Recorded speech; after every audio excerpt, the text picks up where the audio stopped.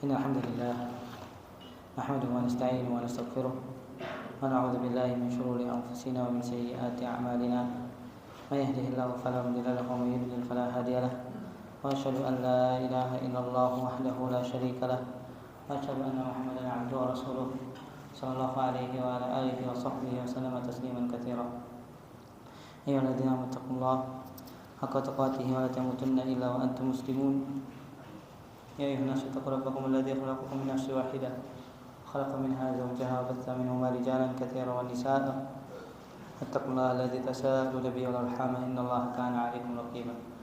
أما بعد, jemaah sekalian yang Allah Subhanahu wa taala, alhamdulillah segala puji bagi Allah Azza wa Jalla atas segala nikmat dan karunia Allah Subhanahu wa taala berikan kepada kita tanpa henti-hentinya, dan banyak dari nikmat tersebut tidak pernah kita minta, tapi Allah Azza wa Jalla berikan kepada kita nikmat tersebut untuk kita mensyukuri dan berusaha memuji dan memuja Allah Azza wa Jalla, karena hanya Allah Subhanahu wa taala yang pantas untuk mendapatkan pujian, dan kita persembahkan seluruh ibadah kepadanya. Memang sekalian Allah Subhanahu wa taala, jazakumullah khairan atas sabaran antum untuk menunggu kajian ini. Semoga Allah Azza wa Jalla menetapkan kita sebagai orang-orang yang didoakan oleh para malaikat Allah Azza wa Jalla.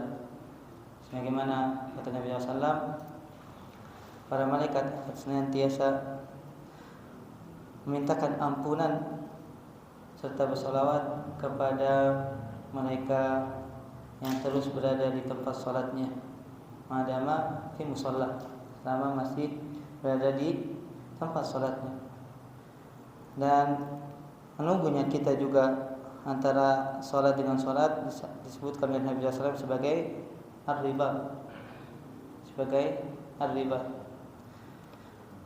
dan mudah-mudahan Allah Subhanahu wa taala menetapkan bagi kita semua keutamaan tersebut, amin ya rabbal alamin. Jemaah sekalian Allah Subhanahu wa taala, kita akan lanjutkan pembahasan dari kitab Al-Adabul Mufrad karang oleh Imam Al-Bukhari rahimahullah taala. Dan kita masuk pada hadis yang panjang, hadis nomor 341. Mungkin bisa dibaca Ustaz Zaid hafizallahu taala, lihatafadhal iqra lana.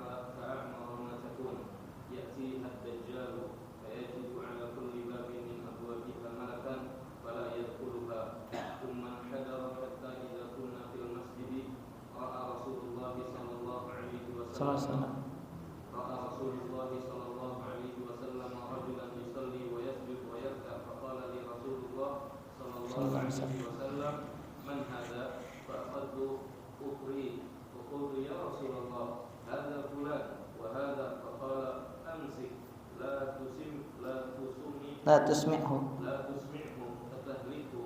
فتهلكه.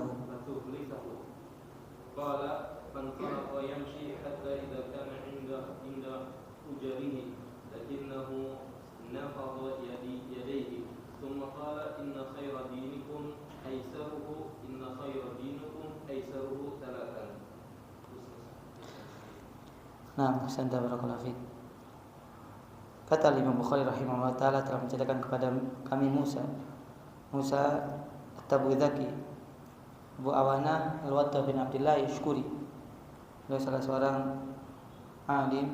Itu juga Musa Tabuzaki, dua perawi yang ada di dalam kitab Sahih Bukhari. Abi Bishr, itu juga Abi Bishr, Abi Bishr. An Abdullah bin Syakik, dari Abdullah bin Syakik dari Raja bin Abi Raja, dari Mihjan al-Aslami radhiyallahu taala an. Kita sudah membaca hadis ini sampai kepada perkataan Nabi sallallahu alaihi wasallam. Qala Mihjan, inna Rasulullah sallallahu alaihi wasallam akhadha bi yadi. Sungguhnya Rasulullah SAW memegang tanganku. Fantalaqna namshi hatta sa'idna Uhuda. Maka kami berjalan sampai kami naik ke bukit Uhud. Fa asrafa 'alal Madinah. Maka kami melihat pemandangan kota Madinah dari puncak Uhud. Kemudian Nabi sallallahu alaihi wasallam, wailu ummiha min qaryah yatrukuha ahluha ka'amali ma takun ya'tiha ad-dajjalu fayajidu ala kulli babin abwabiha malakan fala yadkhuluha. Nabi sallallahu alaihi wasallam bersabda, wailu, maksudnya di sini adalah sebuah perkataan yang menunjukkan ketidaksukaan. Kalimatu dzammin taquluhal arab fil mad. La yaksiduna makna ma fiha min ad-dam li anna al-wail halak wa huwa kaqalim li ummihi al-wail. Ini adalah makna yang biasa di kalangan bangsa Arab yang menunjukkan ketidaksukaan, bukan merupakan sebuah doa. Hanya ketidaksukaan, dan Nabi sallallahu alaihi wasallam tidak bermaksud untuk mendoakan penduduk kota Madinah, tapi menunjukkan ada sifat kasihan dan juga sangat disayangkan gitu. Qauluhu yatrukuha ahluha, penghuninya kota Madinah meninggalkan kota Madinah. Ka'amari ma takun, meninggalkan kota Madinah padahal saat itu Madinah sangat megahnya, sangat mewahnya, sangat gelapnya.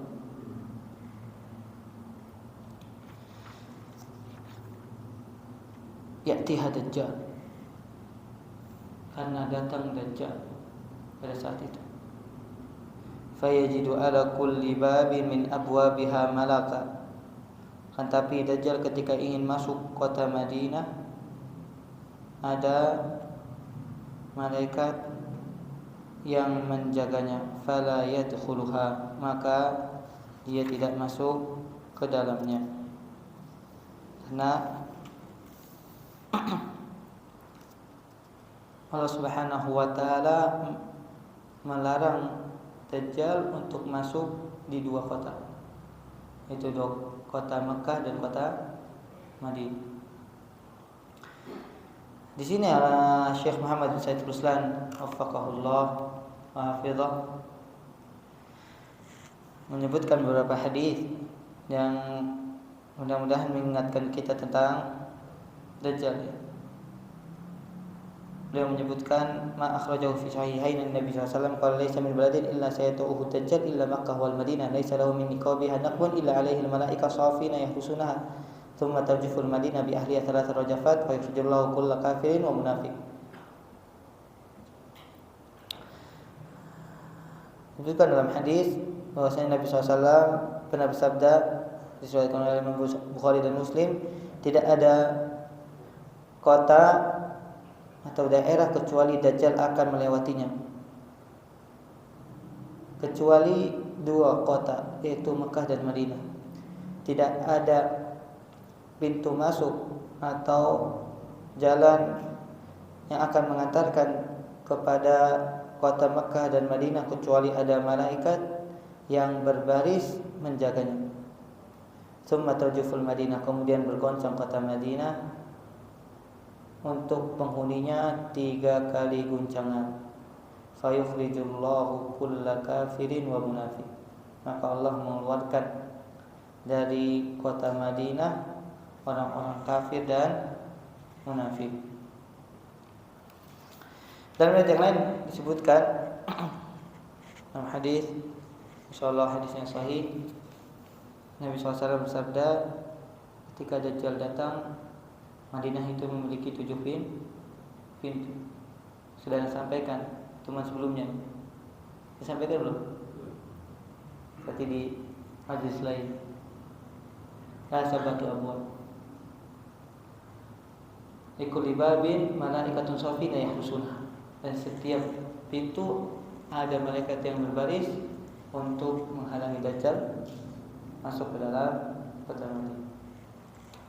Dan jemaah sekalian, yang perlu antum ketahui, kata Syekh Ali bin Abdul Aziz Asy-Syibli, kota Madinah sekarang sudah dibangun 6 pintu. 6 pintu masuk. Dan yang ketujuh sedang dibangun. Dapat kabar sudah mau selesai jam. Gimana jawab? Yang ketujuh sudah mau selesai. Berarti kalau sudah selesai yang ketujuh, nggak ada yang ke-8 jawab. Karena setelah itu siap-siap Dajjal datang. Siap-siap Dajjal datang. Waktunya kapan? Wallahu a'lam. Tapi kalau pintu yang ketujuh ini sudah bangun, sudah, berarti kita harus siap-siap. Itu kata Syekh Ali Asy-Syibli dengan langsung dengannya di Mekah ketika beliau bermajlis. Dan jemaah sekalian, satu lagi dalam hadis disebutkan surat Imam Muslim, ketika datang Dajjal dari arah Jurf, di kota Madinah ada daerah Jurf. Dan dahulu ketika anak berada di kota Madinah sempat tinggal daerah Jurf Jawa. Sering diledek sama kawan-kawannya, ente tinggal di tempat Dajjal mau keluar. Kita mau lewat Madinah di situ. Di Jurf itu ada sebuah bukit. Kalau alam bukit yang mana, yang jelas Dajjal itu naik ke atas bukit, kemudian melihat kota Madinah sambil mengatakan hadza qasru Muhammad. Itu adalah istananya Muhammad. Yang dimaksud apa? Masjid Nabawi. Qasru Muhammad bayda, yang berwarna putih. Antum kalau lihat dari jauh jemaah, Masjid Nabawi warnanya putih. Benar? Soal. Dan Dajjal jika nanti naik akan melihat istananya Muhammad, itu Masjid Nabawi, itu berwarna putih. Gimana jawab? Sudah siap belum? Kalau alam kapan? Iman dan datang duluan atau kita yang meninggal duluan? Yang jelas siap-siap.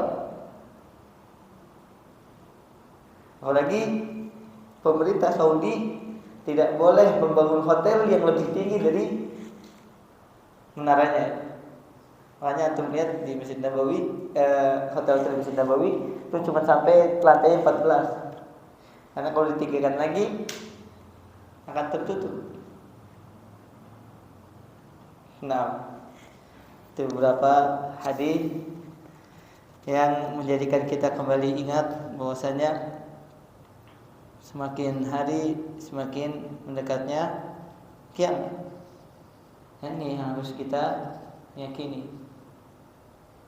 Lagi setelah meninggalnya Nabi Muhammad Shallallahu Alaihi Wasallam dan telah berlalu 1400 tahun.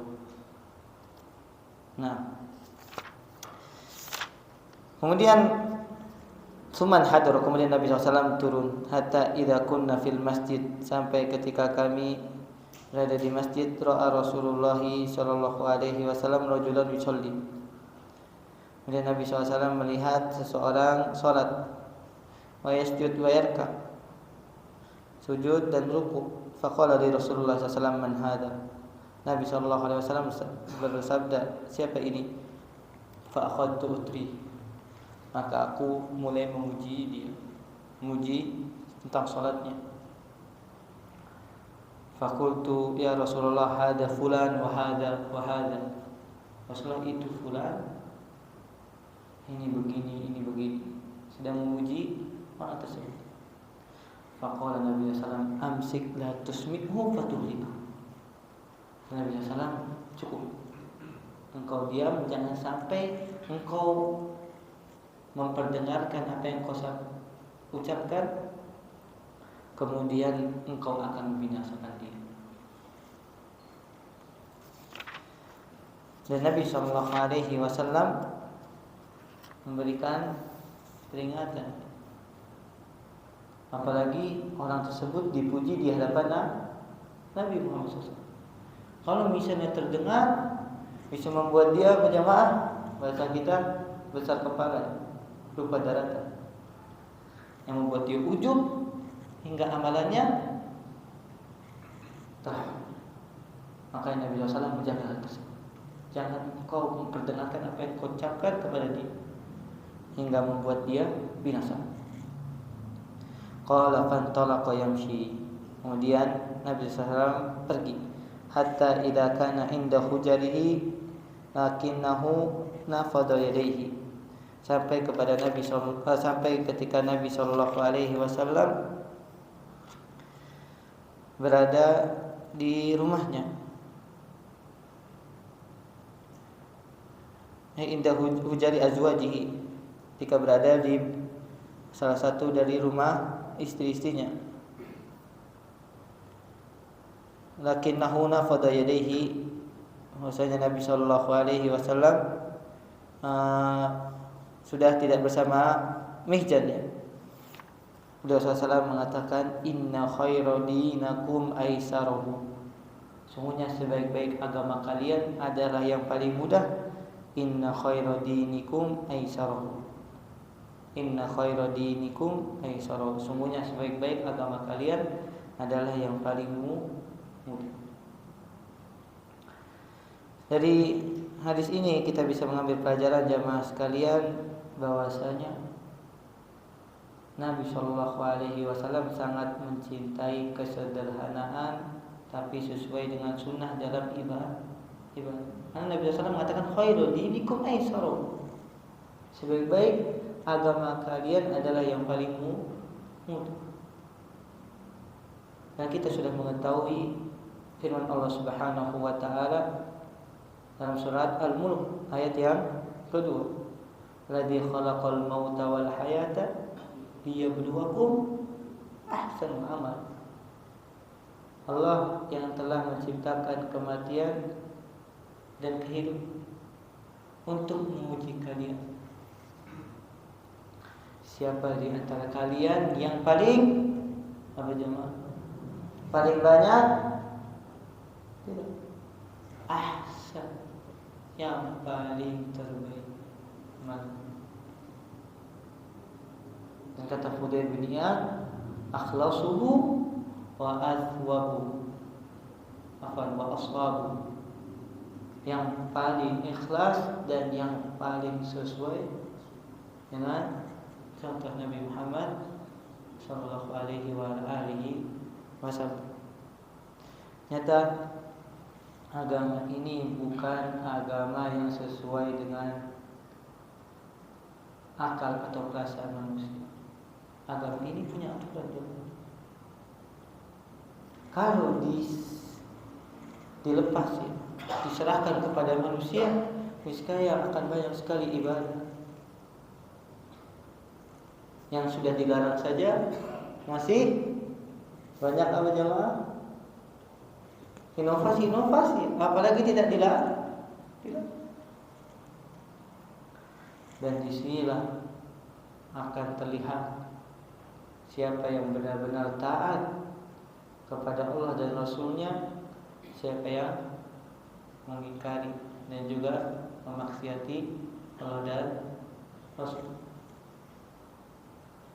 Dan ukuran kebaikan bukan ukuran manusia, tapi ukuran Allah dan Rasul. Dari hadis ini juga kita bisa mengambil pelajaran sekali lagi jemaah, dan ada mufrad ini sangat indah. Kitab yang sangat indah. Dalam kitab ini kita benar-benar melihat potret sahabat. Mereka tidaklah melakukan sesuatu atau mengingkari sesuatu kecuali mereka berdasarkan nas. Berapa kali kita dapati Abdullah bin Umar, Abu Sa'id Al-Khudri melakukan sesuatu langsung keluar sama itu Rasulullah SAW. Aku mendengar, aku melihat. Fama ahla hadzal kalami jamaah. Betapa manisnya sebuah perkataan ketika seseorang menghiasi dirinya dan perkataannya dengan hadis baginda Rasulullah SAW, bukan dari akalnya, bukan dari perasaan. Makanya mereka menjadi manusia termulia setelah para nabi dan rasul. Ketika datang kepada mereka wahyu, kalau bahasa kita siap, sami'na wa ata'na. Kami mendengar dan kami taat. Dan mereka tidak tertipu dengan apa yang mereka lihat dari perbuatan. Semuanya mereka ukur dengan hadis Nabi SAW. Lihat Mihjan ketika Abi Roja ya, Roja bin Abi Roja mengatakan, dia Mihjan, apakah engkau akan sholat sebagaimana sholatnya Sakbah? Yang orang-orang melihatnya Masya Allah sholatnya. Tapi sahabat Mihjan ini mengambil pelajaran dari pertemuan dia dengan Nabi Sallallahu Alaihi Wasallam dan jamaah. Sungguh sangat berharga, sungguh sangat beruntung kita tidak bertemu dengan Nabi, tapi kita bisa mengambil pelajarannya dari hadis-hadis Nabi SAW. Dan di antara kunci kebahagiaan seseorang jamaah, saat dia bisa menjadikan Al-Quran dan Sunnah itu dalam hatinya. Dia tidak melangkah. Bahkan kata Sufyan Ats-Tsauri, "In istata'ta alla tahuka ra'saka illa bil athar faf'al." Kata Sufyan Ats-Tsauri, kalau seandainya engkau mampu untuk tidak memegang kepalamu atau menggaruk kepalamu kecuali dengan azab, maka lakukan.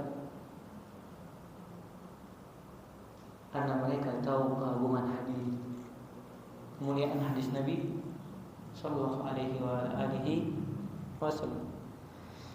Dari hadis ini juga kita bisa mengambil pelajaran jamaah sekalian, bahwa Nabi SAW ketika melihat kota Madinah dalam keadaan apa jamaah? Bukan seperti yang dilihat, tapi beliau melihat masa depan. Karena kota Madinah saat Nabi SAW hidup seperti apa dia? Hanya sebagian kecil. Kalau antum lihat Masjid Nabawi sekarang, perluasan Malik Fahad, itu katanya kota Madinah. Bahkan lebih kecil dari itu. Hanya sekitar segitu aja kota Madinah. Dan dulu belum ada yang namanya gemerlap jemaah. Kota Madinah gemerlap saat mulai perluasan Malik Abdul Aziz.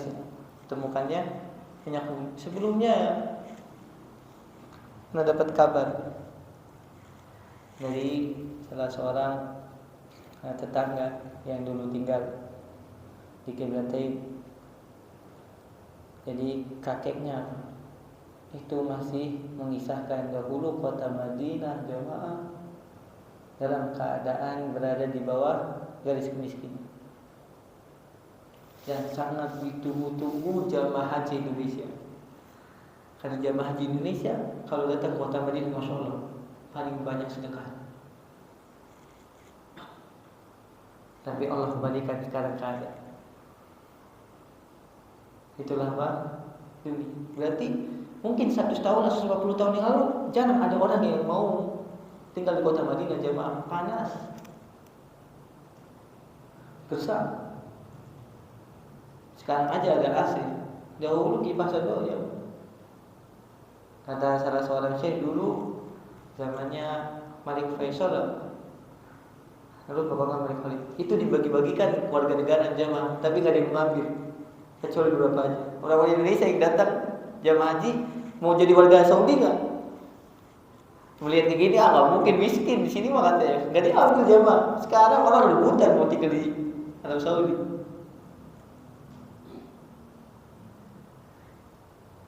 Dan Nabi SAW menyebutkan di sini, yatrukuha ahluha ka'amari mataku. Ada orang yang akan meninggalkan kota Madinah pada saat itu sedang ka'amari mataku, sangat benar-benar megah. Kenapa? Datang Dajjal. Datang apa? Dajjal. Dan hadis ini juga kita bisa mengambil pelajaran jamaah, fitnah Dajjal sangat besar. Bahkan kota Madinah sampai digoncangkan agar di dalam kota Madinah tidak tinggal kecuali orang beriman. Jadi orang-orang kafir, orang-orang munafik itu bahasanya kita berjamaah di sweeping, disapu keluar. Para sahabat Rasulullah SAW ketika mereka akhirnya pindah ke kota-kota yang lain, di antara mereka ada yang menangis, takut dapatkan sabda Nabi Sallallahu Alaihi Wasallam. Sesungguhnya innal Madinah la kalkir tanfi khabathaha wa ta'sibu naf'uha. Kama qala Nabi Sallallahu Alaihi Wasallam. Dalam Sahih Bukhari disebutkan Madinah ini seperti tungku api yang akan membersihkan kotoran-kotoran dan buangnya, dan yang tersisa adalah yang baik-baik. Maksudnya apa? Nanti ketika datang Dajjal. Karena Madinah akan digoncangkan gempa sebanyak 3 kali. Seperti yang kita saksikan jamaah. Kalau ada gempa biasanya orang keluar, benar? Orang keluar dari rumahnya. Begitu juga nanti goncangan yang sangat dahsyat akan ada dari penduduk kota Madinah yang keluar. Mereka takut tertimpa bangunan atau apa?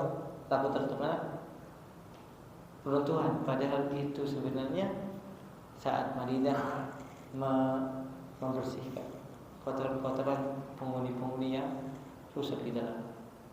Yang keluar orang kafir dan orang munafik. Semoga Allah Subhanahu wa taala memberikan rezeki kepada kita untuk tinggal di kota Madinah, Jawa.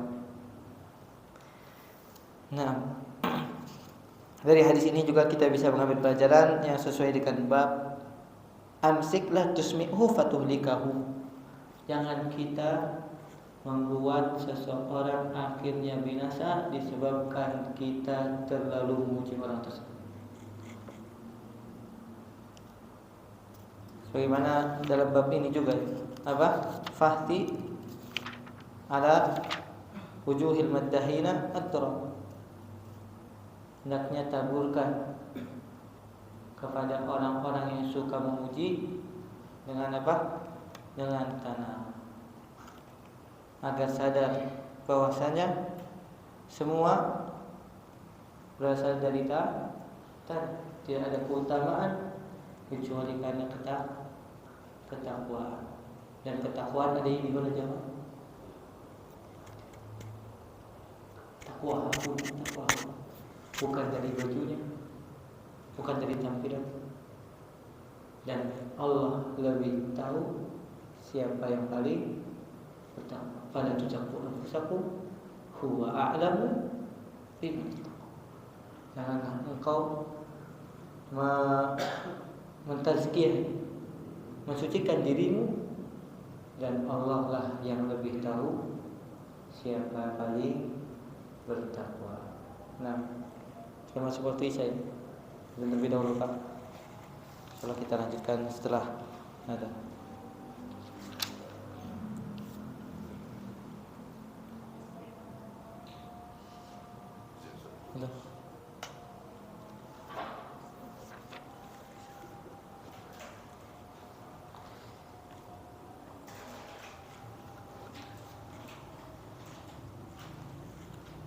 Alhamdulillahirabbil alamin wassalatu wassalamu ala tamani aqwanani amabuth rahmatil alamin nabiyina Muhammadin wa ala alihi wa ashabihi wa man tabi'ahum bi ihsanin ila yaumiddin wa ba'd.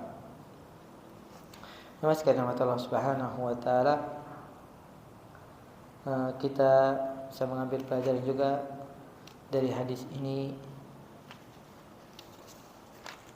Di antaranya hendaknya seorang dalam beribadah itu mengikuti petunjuk siapa?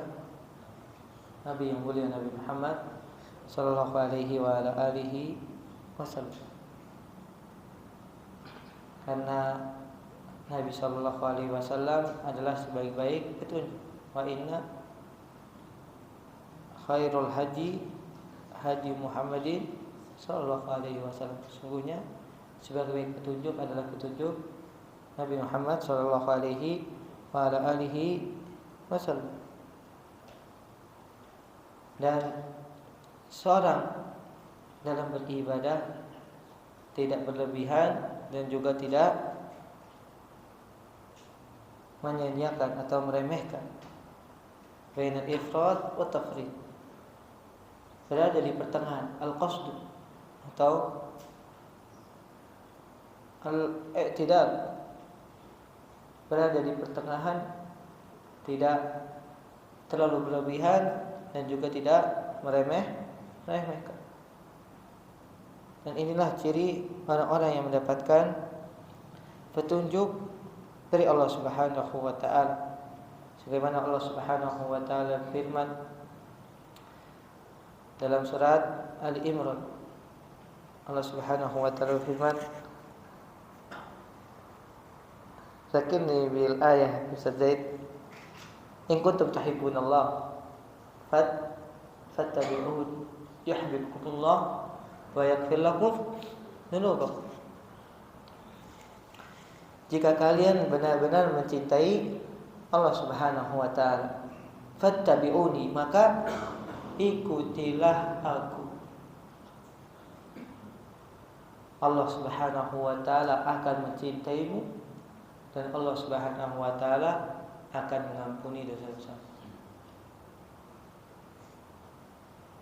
Dan takaran jamaah, sekali lagi, agama ini adalah apa yang diajarkan oleh Nabi Shallallahu Alaihi Wasallam.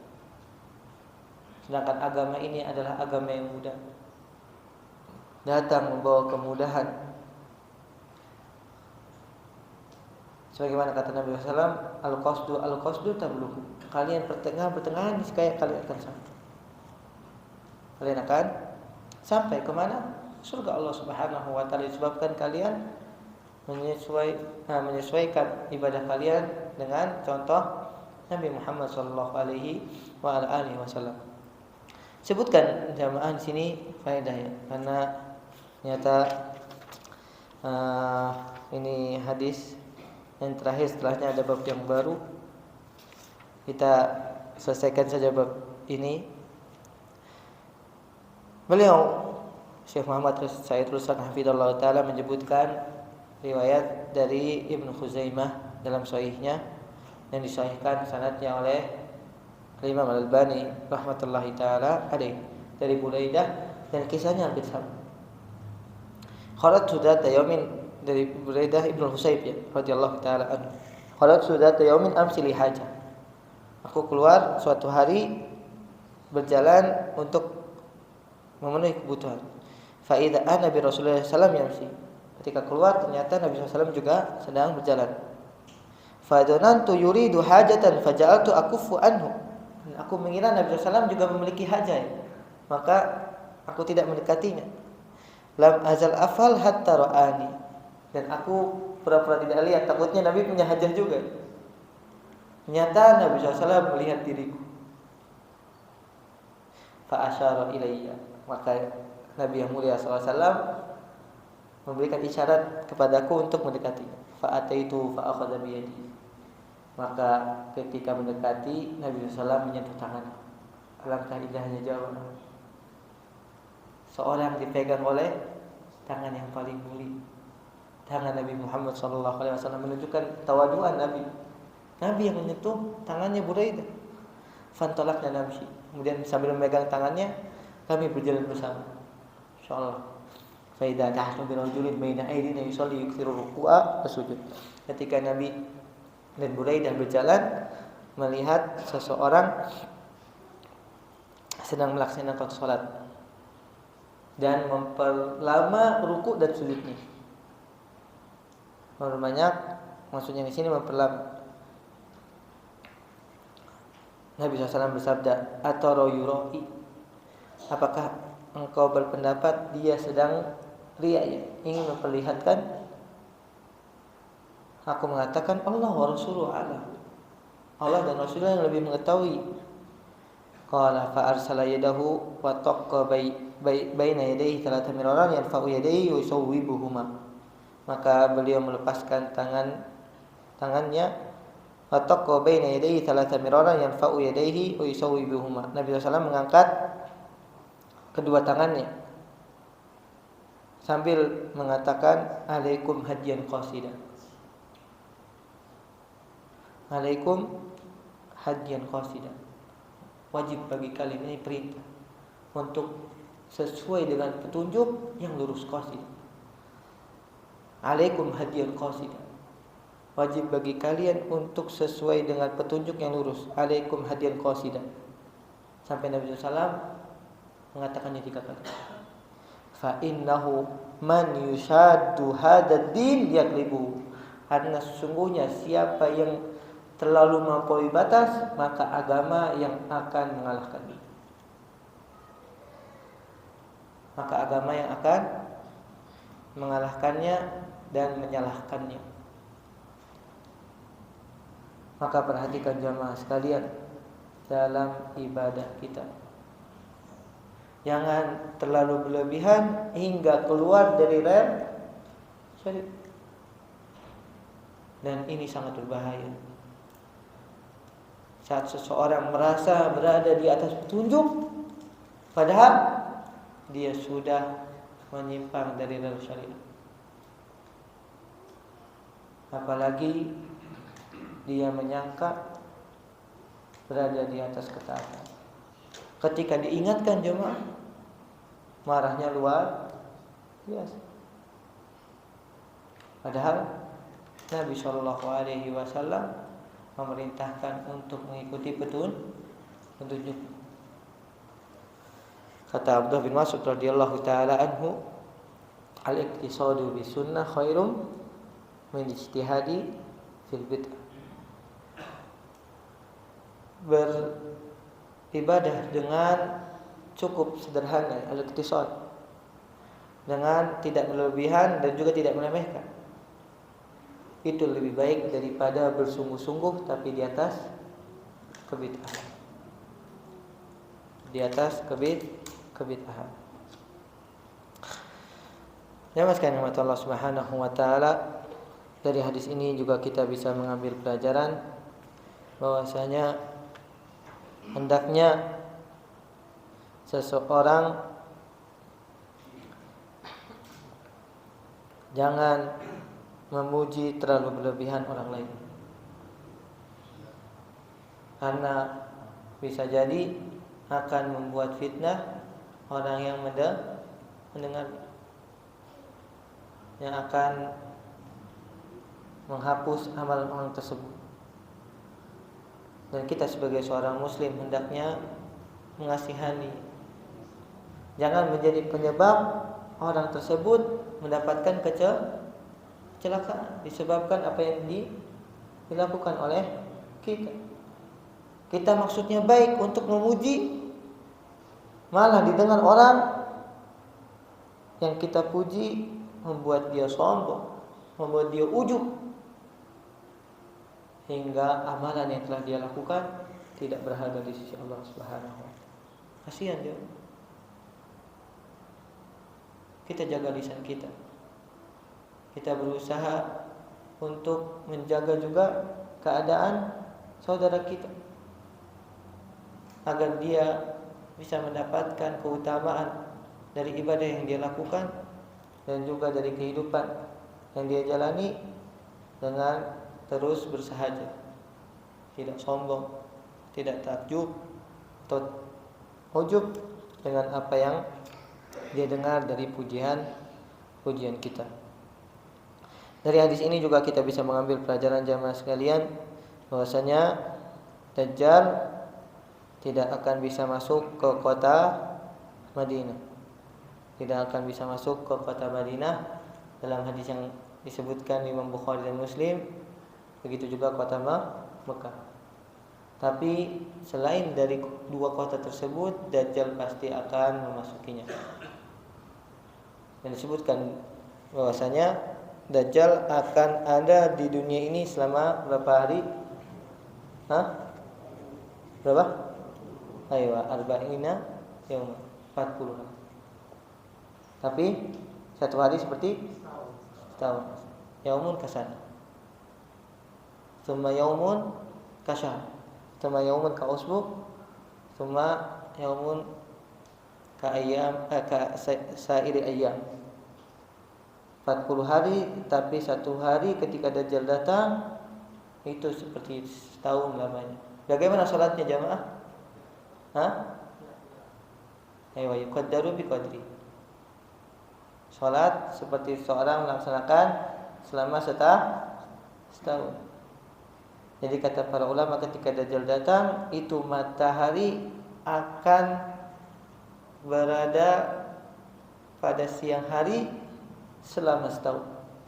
Jadi selama setahun enggak bakal melihat bulan jam. Allah Ta'ala alam apakah jam masih ada? Kalau masih ada jam berarti apa jamaah?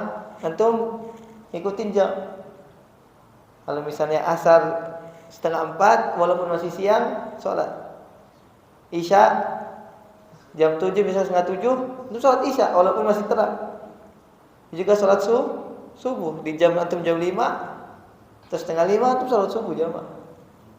Kalau seandainya Dajjal datang, semoga Allah melindungi kita dari datangnya Dajjal. Dan jangan main-main jamaah, insyaallah ana insyaallah gak kuat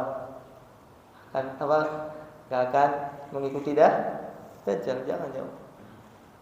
As-salamatu la ya'dil wahsy. Keselamatan tidak ada yang bisa mengalahkan. Karena disebutkan dalam hadis ada seorang yang mengatakan kepada jamaah, saya tidak akan terkena fitnah Dajjal. Maka dia datangi Dajjal jamaah. Ternyata jadi apa? Pengikutnya. Nas'alullah salamah wal afiyah. Subhanakallah wa bihamdika asyhadu an la ilaha illa anta astaghfiruka wa atubu ilaik. Assalamualaikum warahmatullahi wabarakatuh.